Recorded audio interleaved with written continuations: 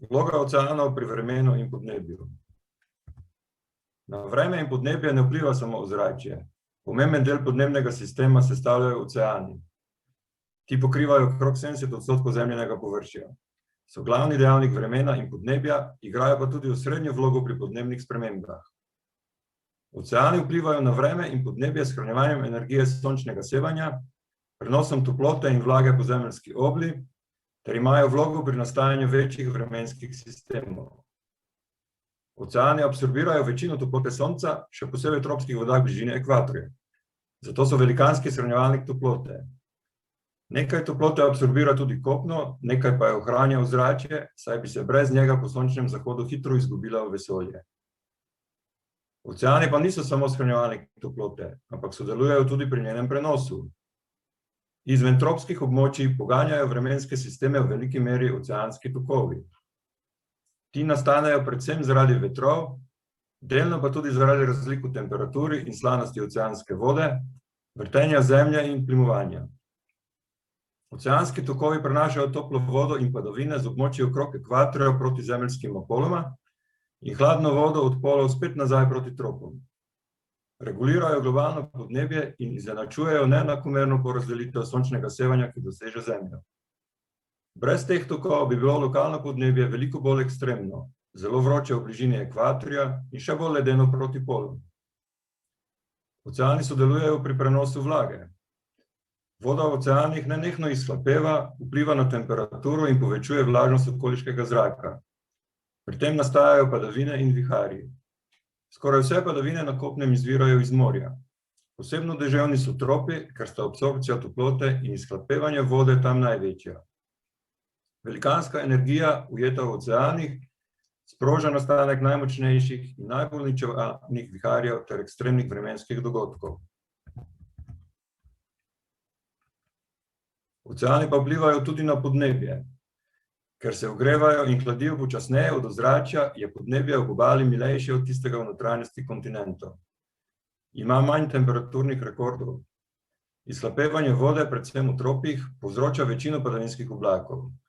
S tem vpliva na bolj ali manj sušna ali namočena območja na kopnem.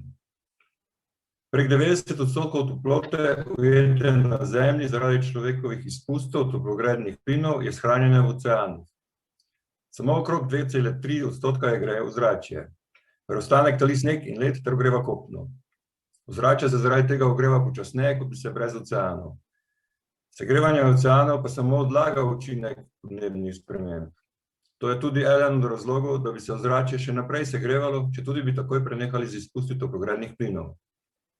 Uskladičena toplota v oceanih bi se sproščala nazaj v ozračje stoletje in še več.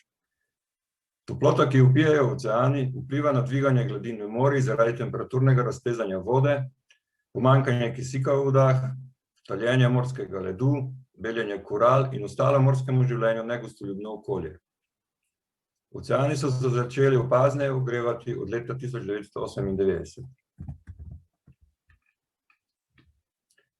Oceani absorbirajo okrog četrtine do tretjine ogljikovega dioksida, ki ga človek izpušča v ozračje, vendar se pri višji temperaturi kapaciteta oceanske vode za shranjevanje ogljikovega dioksida znižuje. Če ne bi bilo oceanov, bi bilo človeštvo zaradi izpustov toplogrednih plinov še večji stiski. Vendar pa višje koncentracije ogljikovega dioksida v ozračju vplivajo na kislost oceanske vode. Zaradi vode, ki je bolj kisla, postajajo morske vrste življenja in morski ekosistemi vedno bolj ranljivi.